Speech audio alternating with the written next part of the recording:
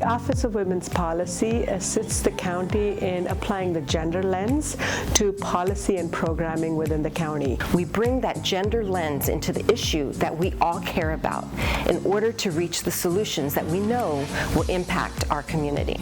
If you're not asking, how is this impacting women and girls, I would argue you're going to be failing women and girls. We have 4 broad areas of focus.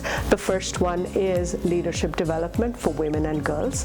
The next one is our program for justice-involved women and girls. And the third is our program for gender-based violence prevention. And the fourth is economic development for women and girls. We were able to get this county to increase its funding for intimate partner violence prevention from $400,000 that has been for over a decade to $6.25 million. Everything from emergency needs to really help people who are fleeing immediate violence to counseling and legal services, support services, prevention, education. Nationally, women earn 80 cents to every dollar that a man earns.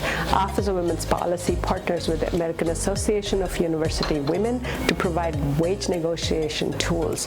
This tool will help women be able to close the wage gap. Women may not know that when they go into an interview, the interviewer cannot ask them about their prior salary if they're interviewing in the state of California.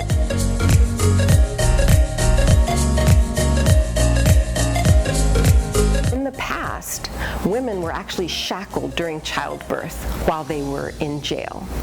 In partnership with the Commission on the Status of Women, our office identified that problem and brought it to our County Board of Supervisors, who then legislated that this would no longer be the case. This became a model policy throughout the state of California and also nationally. Bringing people to the decision-making table to help us form agendas so that when we address things like homelessness or youth engagement, it is people who are directly affected who are part of the planning with us.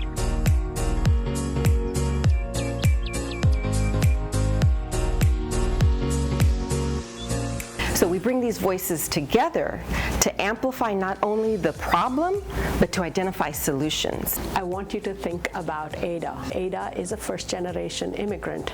Ada left her home because of domestic violence, and Ada is working to support herself and her gender nonconforming child in the County of Santa Clara.